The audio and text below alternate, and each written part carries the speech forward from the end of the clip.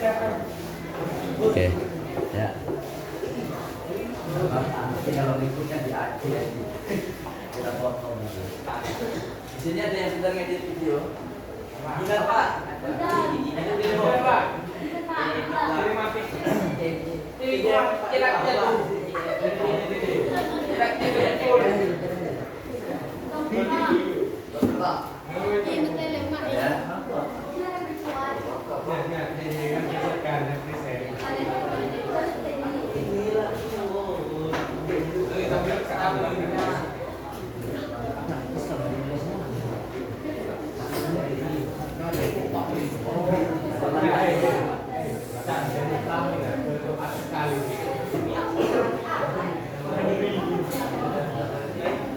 Assalamualaikum warahmatullahi wabarakatuh. Waalaikumsalam warahmatullahi wabarakatuh. Alhamdulillah. Apa kabarnya hari ini anak-anak? Baik. Ada kawan kita yang hari ini berhalangan hadir. Ada. Siapa yang hari ini tidak hadir? Siapa? Ada suratnya? Ada suratnya. Apa keterangan teman kita hari ini? Tidak bisa mengerti izin ya. Ada kawan kita yang sakit juga hari ini? Alhamdulillah ya. Jadi ini menurut informasi BMKG memang cuaca ini lagi ekstrim ya. Bukan ekstrim tapi ekstrim. Jadi kalau bisa ya konsumsi vitamin. Konsumsi vitamin, kurangi minum es. Karena musimnya batuk, pilek, ya, termasuk efeknya ke suara. Oke, untuk hari ini berarti yang tidak masuk hanya satu orang ya. Nah, kita hari ini sebelum melanjutkan pelajaran, kita kalian keluarkan dulu buku SKI-nya sambil pakai posisi utama.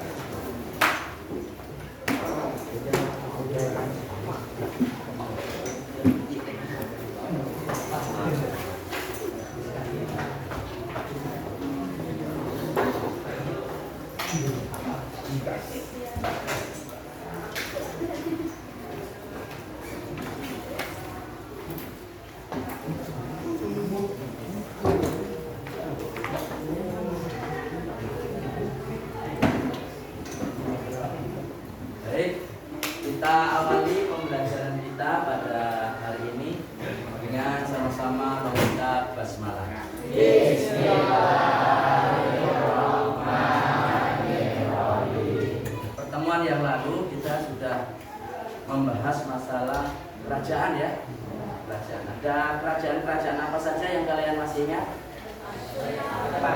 Ada Sriwijaya, Majapahit, ada Kutai, yang di Sulawesi ada yang ingat? Mataram. Di Sulawesi. Dua Talo. Kemudian di awal-awal pembelajaran dulu juga kita ada mempelajari tentang jalur-jalur masuknya Islam. Ada lewat perdagangan, ada apa lagi?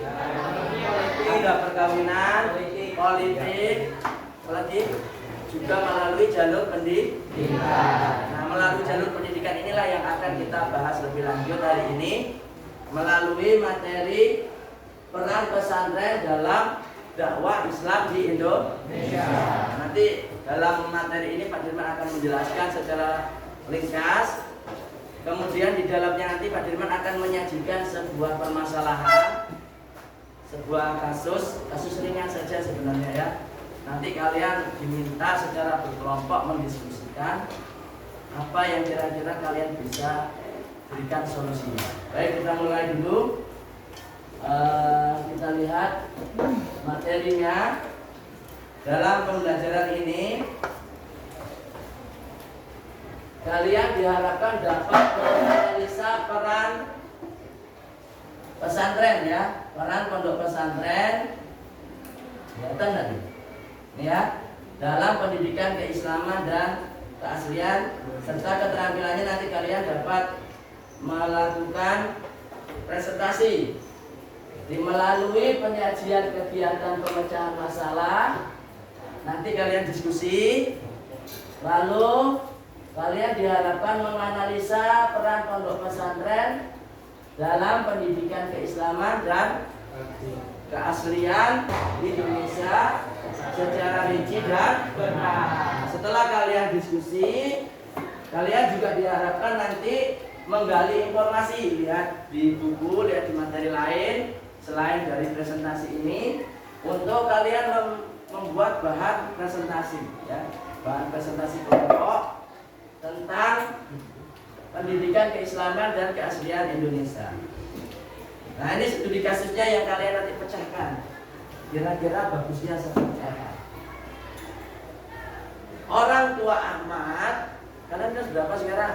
Nah, umumnya anak kelas 9 kan, berarti setelah ini kan kalian lulus ya. Lulus. Mungkin ada yang akan masuk ke pesantren. Contohnya ini si Ahmad. Si Ahmad ini rencananya setelah lulus orang tuanya menawarkan untuk melanjutkan ke pesantren. Karena orang tuanya melihat Ahmad ini sangat tekun belajar Al-Quran dan hadis.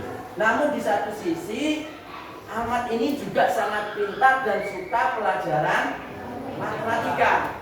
Ahmadnya bingung. Dia kepingin semuanya itu masih dia pelajari.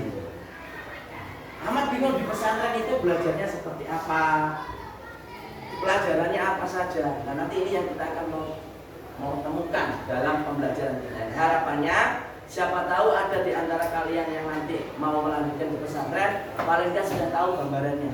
Atau mungkin ada orang yang bertanya kepada kita, "Dek, pesantren itu kayak apa sih?" Nah, kita bisa jawab. Atau ada informasi yang salah, jangan belajar di pesantren, nanti kamu jadi teroris. Nah, masa benar ya Pak, belajar di pesantren bisa jadi teroris?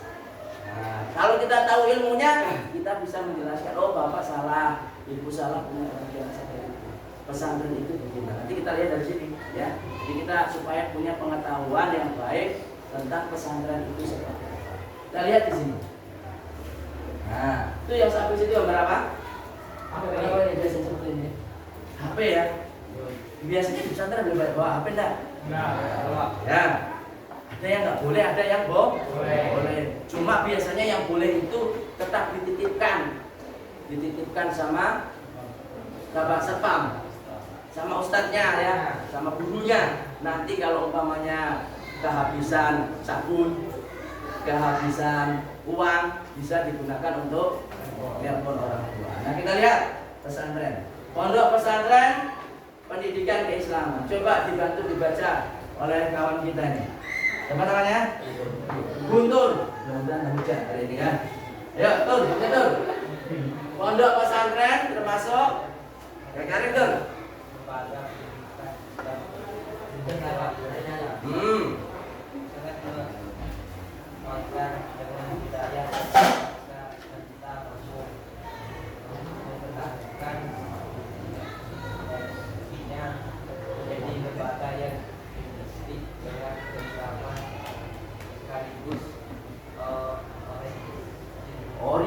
Original. Ya. Asli berasal dari Indonesia dengan ciri khas memiliki atau asrama sebagai tempat tinggal. Ya. Jadi yang namanya pesantren itu hanya ada di Indonesia. Hanya ada di Indonesia. Kalau di luar negeri namanya bukan pesantren. Ada yang menggunakan istilah-istilah lain. Ada yang menggunakan nama ma'had, ada yang menggunakan nama boarding school, macam-macam ya. Tapi kalau istilah pesantren itu benar-benar asli istilah dari Indonesia. Dan model pesantren ini adalah lembaga pendidikan tertua keislaman di Indonesia yang didirikan sejak mulai zaman Muhammad SAW. Ya. Nah, kemudian di pesantren itu ada apa saja elemennya? Biasanya di pesantren, wah, ada gambar apa nih? Rumah, duduk atau apa nih? Nah. Biasanya di pesantren itu ada pondoknya. Apa itu pondok? Ya, tempat belajar sekaligus tempat tinggal. Jadi anak-anak pondok itu biasanya nggak pulang pergi, dia tinggal di pondok. Sehingga nanti di sana ada yang ya kalau nyuci harus nyuci sendiri, makan sendiri, masak sendiri. Oh enggak. Dulu kalau dulu zaman Pak Dirman mondok masak sendiri. Kadang nasinya bisa gosong. Yang namanya nasi kecil-kecil masak ya. Goreng bisa gosong. Kalau sekarang biasanya sudah mulai ada petugas pantry namanya ya, bagian dapurnya. Jadi santri itu tinggal nanti makannya saja. Tapi cuci piringnya cuci sendiri. Nyuci bajunya nyuci sendiri. Tapi ada juga pesantren yang sudah bagus, sudah modern, itu santrinya nggak perlu nyuci, langsung di apa namanya? Laundry, sudah laundry. Wah, keren ya. Tapi biayanya juga keren, biasanya mahal ya, karena harus membayar jasa laundry. Selain itu biasanya di pesantren juga ada masjid. Ya, masjid kalau nggak punya masjid biasanya ada musola. Apa fungsinya masjid kalau di pesantren?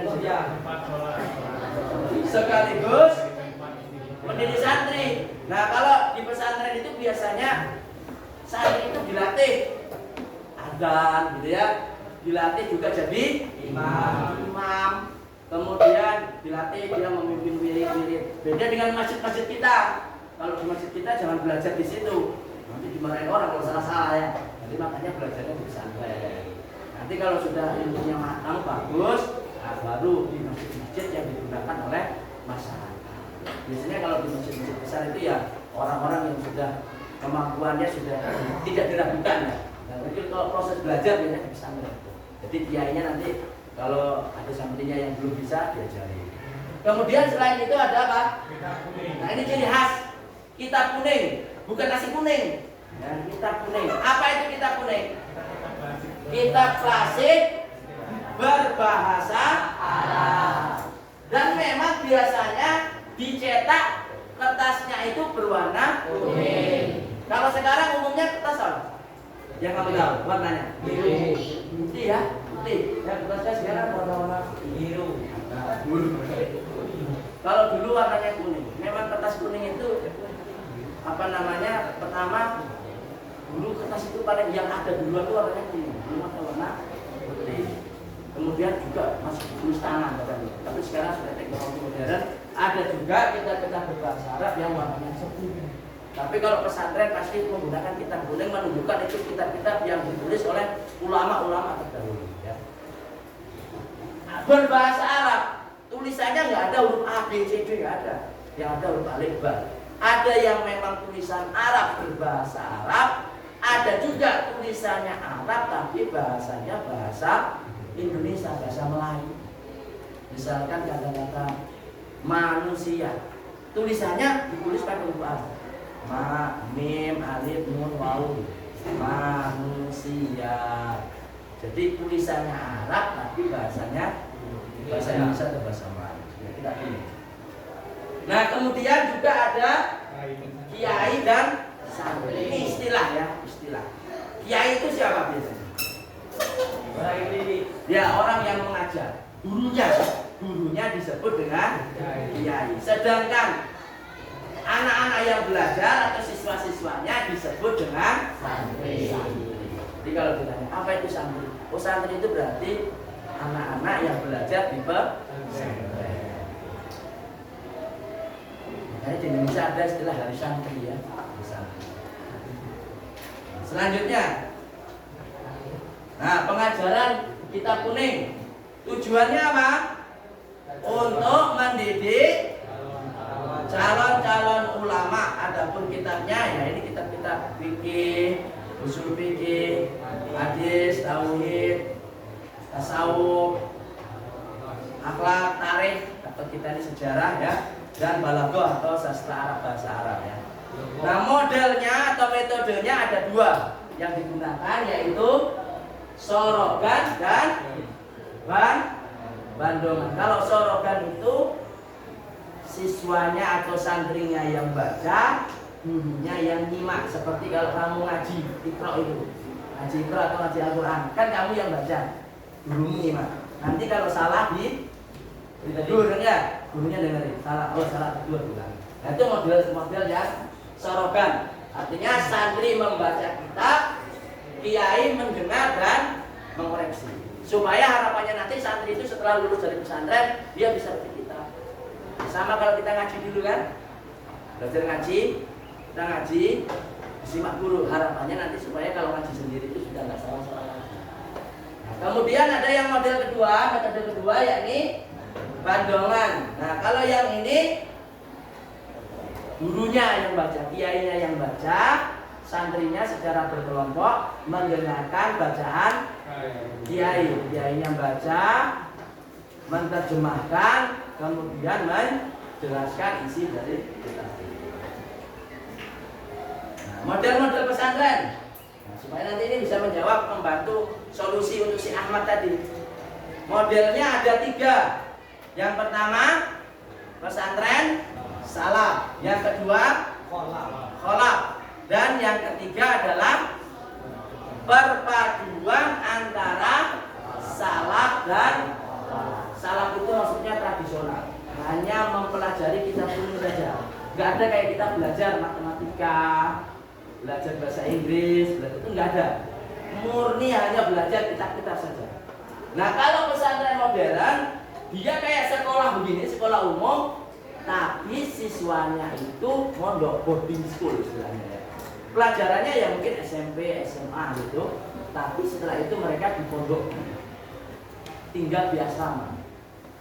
Nah, kemudian ada juga yang perpaduan. Ada beberapa hari belajar kitab kuning, ada juga yang belajar pelajaran umum, dan dia mondok. Itu yang dikenal dengan pesantren model perpaduan salaf dan kalau yang modern ini nggak ada pelajaran kitab, nggak ada kitab. Jadi dia hanya belajar umum tapi nanti di pesantren kan. Nah, kalau yang perpaduan dia belajar kitab juga, dia juga pelajaran umum seperti kita. Jadi mungkin kayak yang Pak Dirman kenal sama itu, dia biasanya 3 hari, Senin, Selasa, Rabu, dia belajar umum, pelajaran umum sampai zuhur aja. Di zuhur stop, makan siang, sholat, lalu istirahat, nanti habis asar belajar kitab lagi. Nah, kemudian setengah jam menjelang maghrib itu istirahat, mandi habis maghrib, belajar lagi kitab, makan, nanti habis isya baru murojaah pelajaran yang sudah pelajari, istirahat, bangun lagi sekitar jam 3 melanjutkan lagi kegiatan. Jadi ada yang pelajaran umumnya, ada pelajaran agamanya ya. Nah, jadi ini yang kalian nanti akan diskusikan. Pak Dirman akan bagikan LKPD nanti ya, LKPD untuk setiap kelompok. Nanti kita akan bentuk kelompoknya. Kalian diminta memberikan solusi untuk si Ahmad. Kira-kira model pesantren yang mana yang kelompok kalian sarankan ya. Serta ada beberapa tugas yang ada di dalam LKPD ini, lembar kerja peserta didik. Baik, kita bagi dulu kelompoknya. Kita akan bagi menjadi 6 kelompok. Jadi berhitung 1 sampai 6 ya. Kita mulai dari yang cewek dulu, dari sini. 1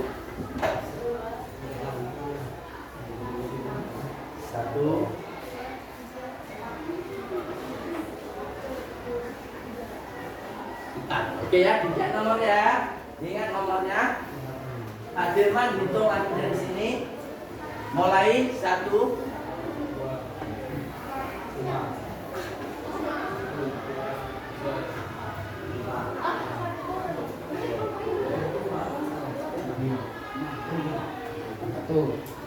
Nah, oke. Yang menyebut angka 1 silakan kumpul ke sini. Ya. Bikin nomor 1 di sini, yang 2 di belakang sini, yang 3 di tengah, yang 4 di tengah belakang, 5 di depan sana, 6 di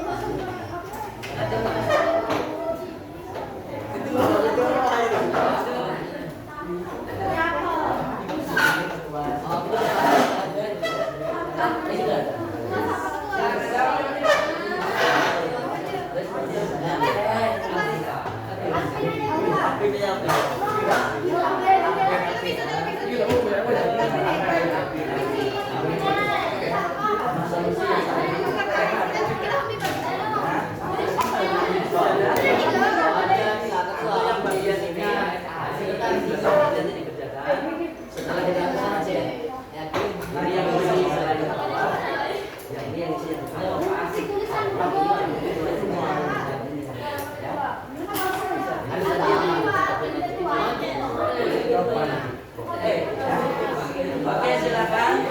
Waktu diskusi kita selama 15 menit. Waktu diskusi hanya 15 menit. Setelah itu nanti kita akan bergantian presentasi, baru menjawab latihan soal yang ada di sebelahnya ya. Latihan soal dan penilaian diri. Oke, silakan dimulai dulu. Tunjuk ketua sekretaris, data-datanya diisi. Untuk yang bagian sini nanti ini yang isi nanti selain soal. Yang ini yang soal. Kalau yang ini boleh sudah tulisnya. Ya. Oke, silakan. Loh, ini kok memisahkan dulu. Nah, kalau ini kurang boleh ditambahkan.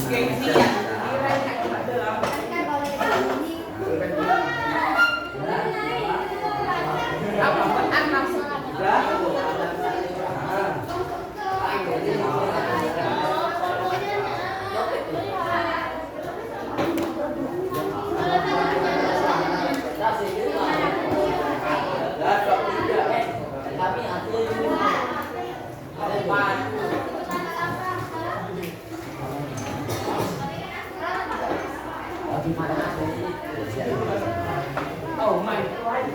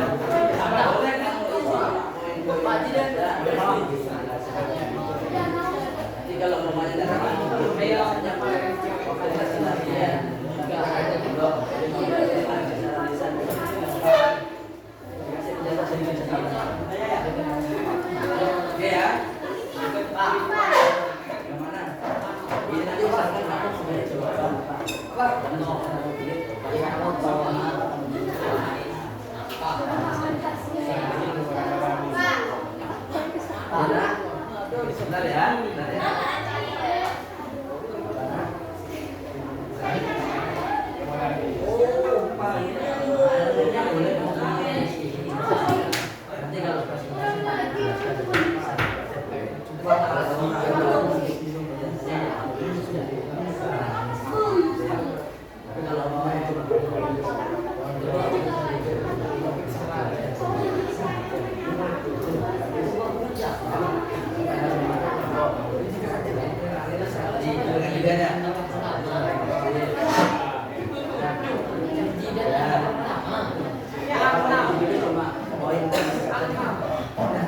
Yang baru diskusi nanti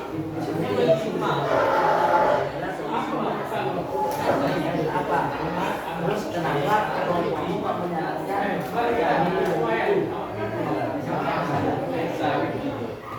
apa gitu Pak? Materinya dibagi tiga. Jelaskan.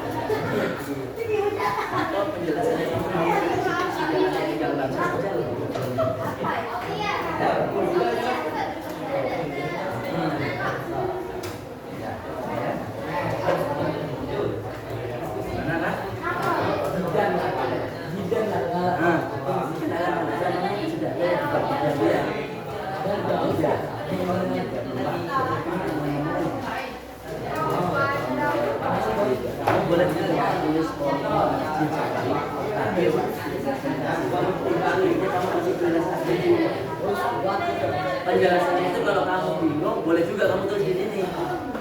Ya, kalau kamu enggak namanya nggak usah ditulis biasanya. Nanti aku aja yang ngomong ya. Nanti yang ini presentasi nggak usah gantian, satu orang aja yang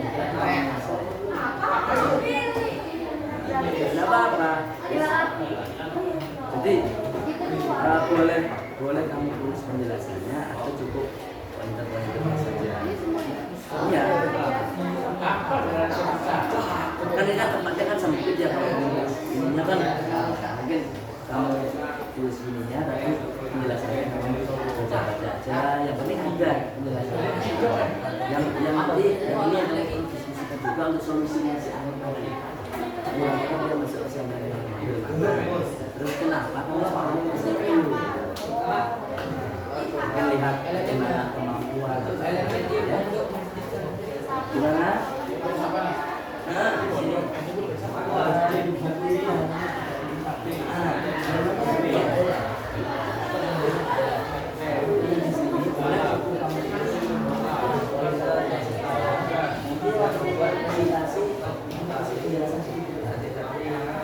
Kalau kamu bingung mau menjawabnya, boleh juga masuk tulis.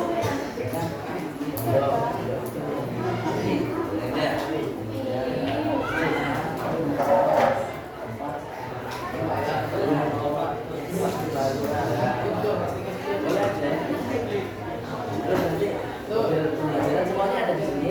Biar nggak ada itu yang ini. Saran atau solusi terhadap permasalahan. Kita ada di sini. Yang aku sarankan dia masuk ke semua.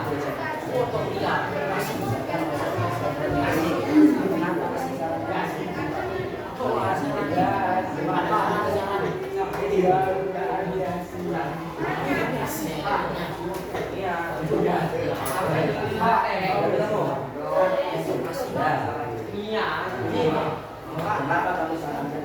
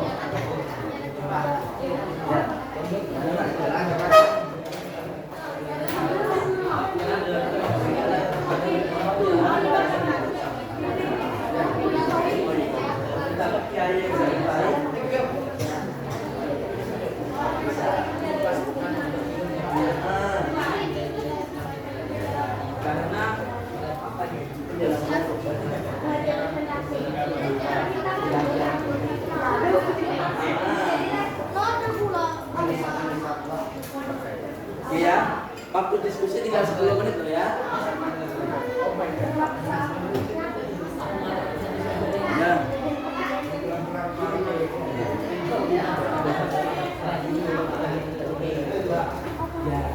Penjelasannya ada.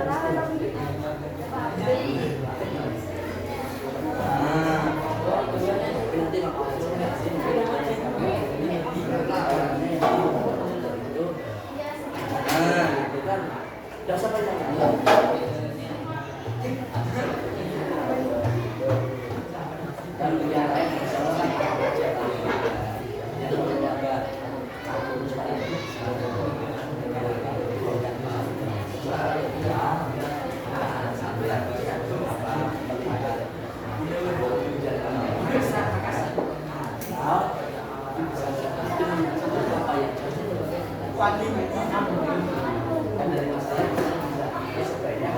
melihat kondisi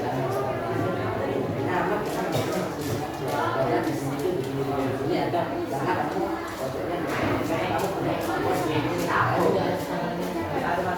kalau yang bagian ini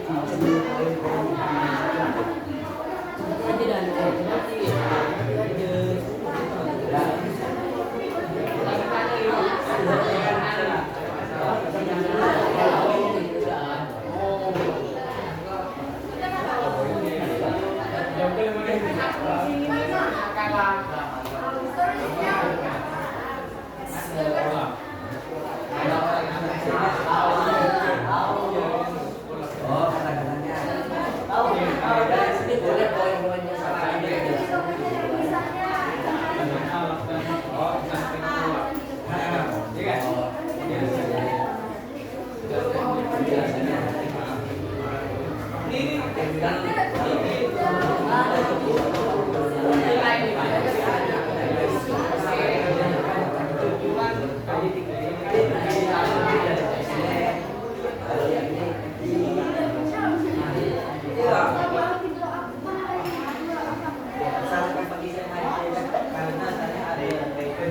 proses diskusi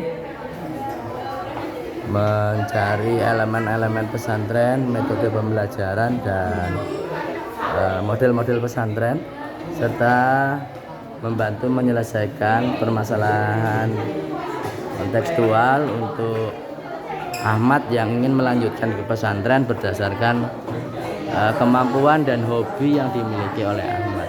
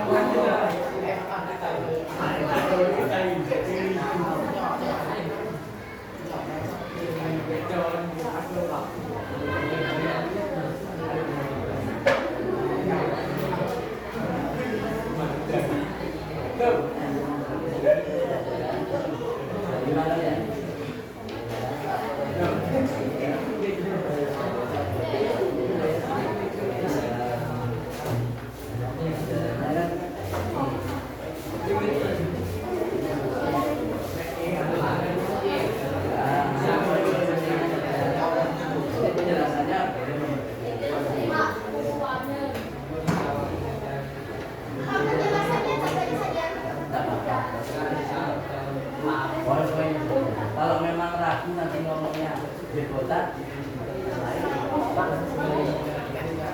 kalau mamanya yakin aja.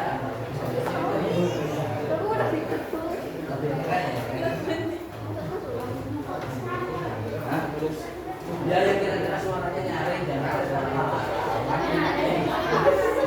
gak usah gantian. Karena kalau gantian itu kan bahas suaranya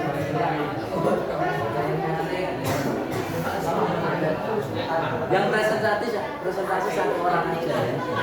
Tapi semuanya tetap rawani, semuanya maju ya.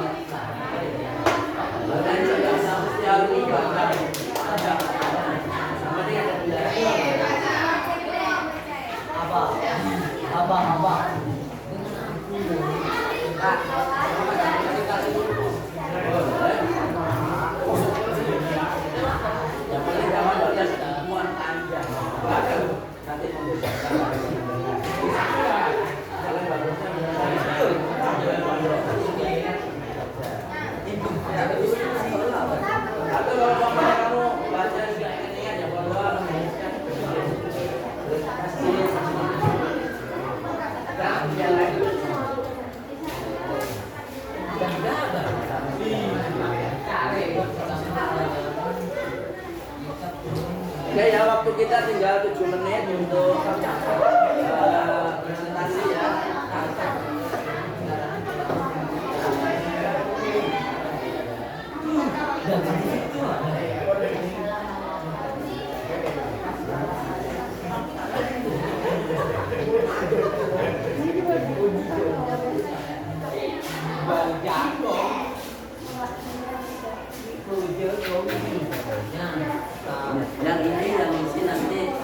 yang boleh sekretaris, boleh. Nah, kalau yang ini khususnya nanti dipilih sama yang di awal. Kalau yang siswa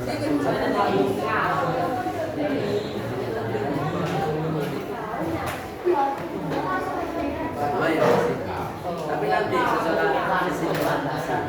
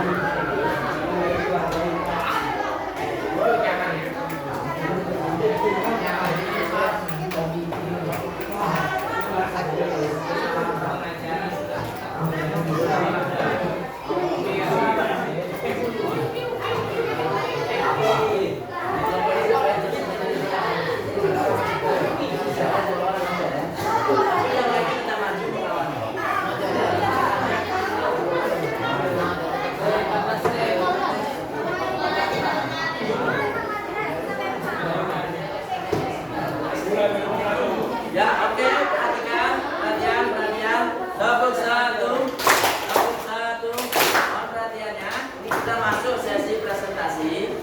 Pak Dirman mengulang kembali untuk presentasi. Setelah salam ada mukadimah, perkenalan dulu ya. Perkenalkan dulu siapa dirinya dan anggotanya. Kemudian baru menyampaikan hasil diskusinya. Setelah menyampaikan hasil diskusi, baru ditutup dengan salam ya. Bisa dipahami? Oke, untuk kesempatan pertama kita berikan semangat untuk kelompok 1 melakukan presentasi.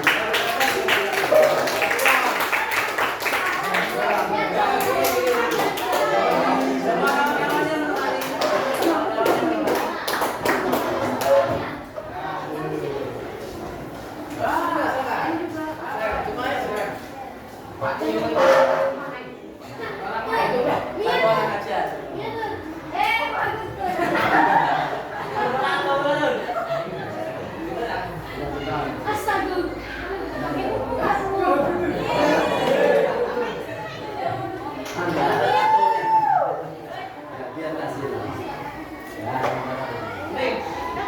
Ya, oke, kita dengarkan dulu, silakan. Assalamualaikum warahmatullahi wabarakatuh.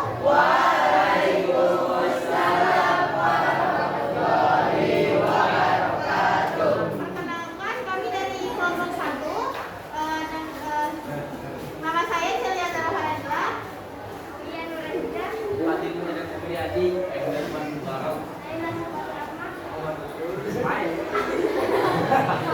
di sini presentasi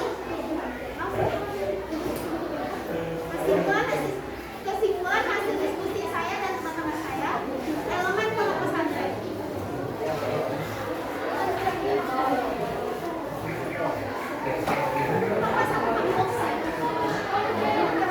Adapun elemen-elemen dasar yang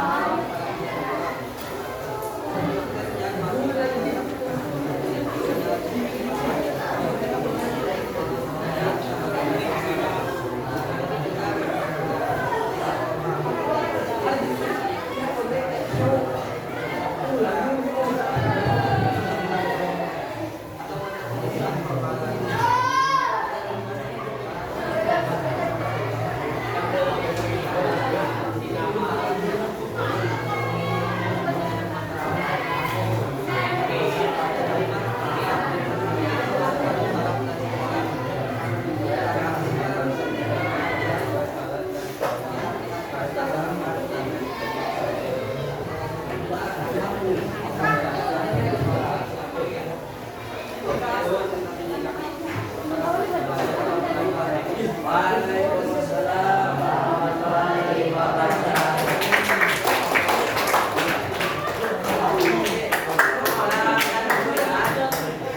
Ada waktunya. Ya, sebentar ya, sebentar dari kesimpulan ya. Oke, di pesantren tadi elemennya apa saja? Ada pondok, masjid, kitab kuning, negeri dan kemudian cara pembelajarannya ada dua, yakni sorogan dan kemudian apa saja yang dipelajari di pesantren salaf? Fikih, usul fikih, hadis, ya sama sastra, anak. Kemudian jenis pesantren ada berapa? Ada 3 ya. Pesantren salaf, salaf dan nah, kemudian syarat untuk Ahmad tadi kemana? Pesantren apa yang dipilih kira-kira? Nah, ada pesantren yang modern berapa? Oke, untuk yang kelompok lainnya itu pada kita presentasinya nanti direkam ya.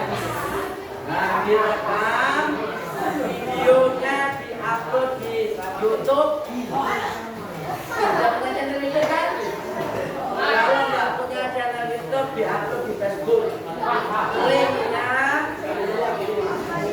Linknya dikirim ke Ustaz Iman. Nah, nanti direkam. Sama seperti ini, bedanya cuma direkam. Nah, kemudian untuk tidak apa-apa, tidak apa-apa. Nanti linknya kirim ke sini. Tapi jangan disetting private ya. Settingnya publik biar bisa dilihat. Settingnya private.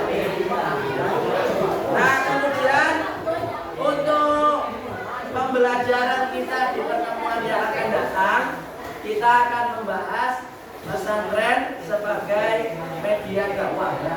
Dakwah untuk pertemuan yang akan kalau kalian baca-baca itu. Dan untuk hari ini kita akhiri dengan mengucap hamdalah.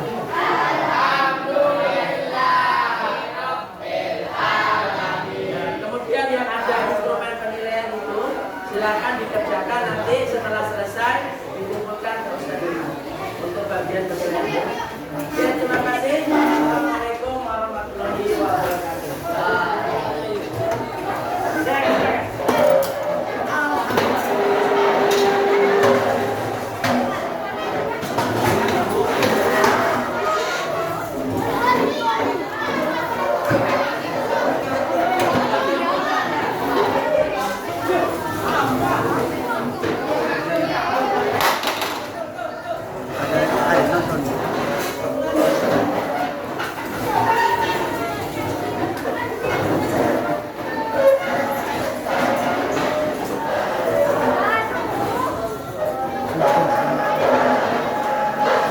Pin.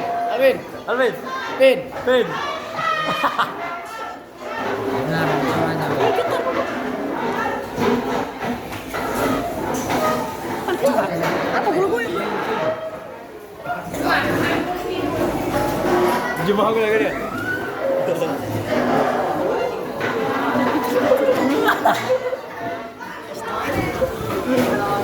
Baik ada tetap video ya. Rekam kali.